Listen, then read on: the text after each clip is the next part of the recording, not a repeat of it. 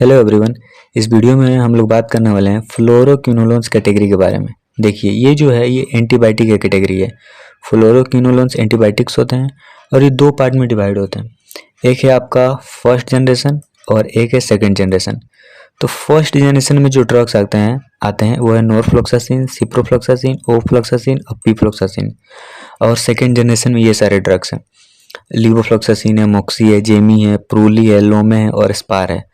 तो ये जो भी ये फ्लोरोक्विनोलोन्स है ना, चाहे वो फर्स्ट जनरेशन हो या सेकंड जनरेशन, सभी के लास्ट में क्या आएगा? फ्लोक्सासिन। यहाँ भी है फ्लोक्सासिन। तो फ्लोक्सासिन आएगा तो समझिएगा कि फ्लोरोक्विनोलोन्स का बात हो रहा है।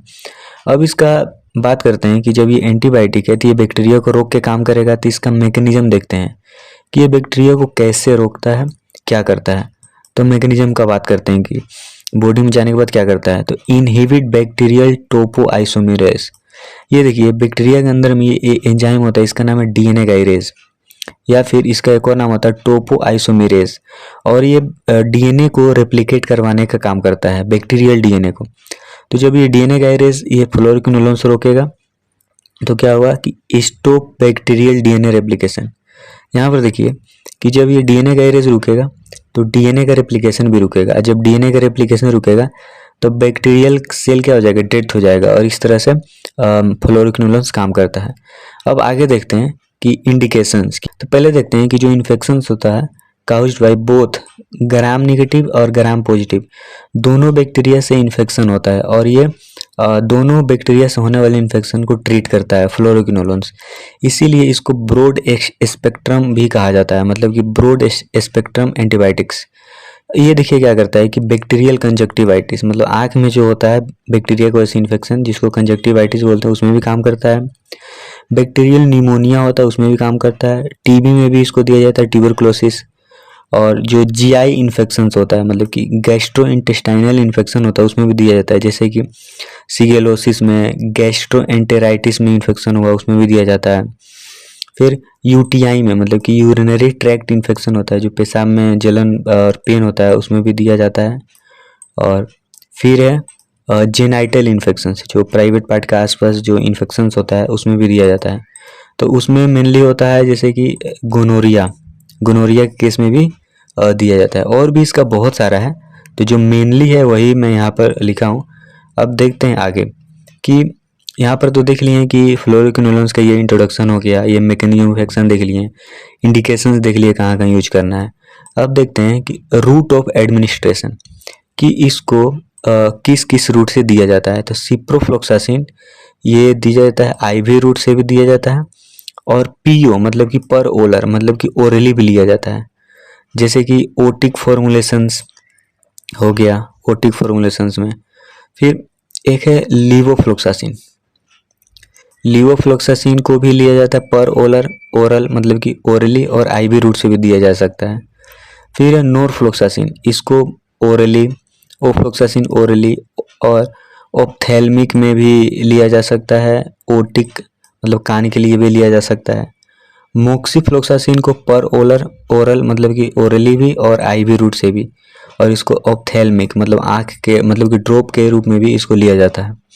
अब देखते हैं यहाँ पर साइड इफ़ेक्ट इसका, कि अगर ज़्यादा लिया जाए या फिर कॉमन साइड इफ़ेक्ट्स क्या क्या होते हैं। तो साइड इफ़ेक्ट्स में है कि हेडेक, रेस्टलेसनेस होगा, डिजीनेस होगा, कन्फ्यूजन, डिप्रेशन भी हो सकता है, मे बी नाइटमेयर्स, इंसोम्निया हो सकता है, सीजर्स हो सकता है। और फिर यहाँ पर देखते हैं गैस्ट्रो इंटेस्टाइनल डिस्टर्बेंस, मतलब कि जीआईटी ट्रैक में ये डिस्टर्बेंस हो सकता है। और डिस्टर्बेंस होगा तो क्या होगा कि पेन हो सकता है या फिर क्रैम्प्स हो सकता है। यहाँ पर देखिए लिखा है एब्डोमिनल क्रैम्प्स, नोजिया हो सकता है, वोमिटिंग हो सकता है, और डायरिया में भी, पेनक्रिएटाइटिस हो सकता है, फ्लैटुलेंस भी हो सकता है। और हिपेटोटॉक्सिसिटी का मतलब होता है कि लीवर में प्रॉब्लम कर सकता है, लीवर में टॉक्सिसिटी कर सकता है। फिर सीडीआई भी हो सकता है, यह एक तरह का डिफिकल्ट इन्फेक्शन होता है। फिर फोटो सेंसिटिविटी भी हो सकता है। फिर यूटिकेरिया हो सकता है, स्किन रैशेस हो सकते हैं, हाइपर सेंसिटिविटी रिएक्शन भी हो सकता है। जैसे इसको एग्जाम्पल बोले या फिर इसका अदर नेम हो सकता है स्टीवेंस जॉनसन सिंड्रोम बोलते हैं। ब्लरी विजन हो सकता है, फिर टिनिटस, चेस्ट पेन हो सकता है। ऐसे ही बहुत सारे इसका ये साइड इफ़ेक्ट्स है। एग्जांपल में हम लोग यहाँ पे देखते हैं कि ये तो साइड इफ़ेक्ट्स था, अब इसके कॉन्ट्रा इंडिकेशंस क्या क्या हैं, मतलब कि इसको किसके किसके साथ और किस किस केस में नहीं देना है। जैसे कि मिस्थेनिया ग्रेविस नाम का एक बीमारी होता है, एक डिजीज़ होता है, उसमें इसको नहीं देना है। फिर है कॉम्बिनेशन विथ थियोफाइलिन, जो ड्रग्स आते हैं उसके कॉम्बिनेशन नहीं देना है। वारफेरिन जो होता है उसके इसमें नहीं देना है। मिनरल सप्लीमेंट्स जो होते हैं जैसे कि आयरन, जिंक, कैल्शियम हो गया, नहीं देना है। प्रेगनेंसी एंड ब्रेस्ट फीडिंग में नहीं दिया जाता है। चिल्ड्रन एंड एल्डरली क्लाइंट्स जो होते हैं, जो चिल्ड्रन हो गए या फिर जो बुजुर्ग लोग हो गए, एल्डरली क्लाइंट्स, उनको नहीं देना है। सीजर्स जो होता है एपिलेप्सी का केस में उसको नहीं, उसमें नहीं। स्ट्रोक, कार्डियोवास्कुलर का केस में, हेपाटिक का केस में, लिवर और रीनल डिजीज के केस में।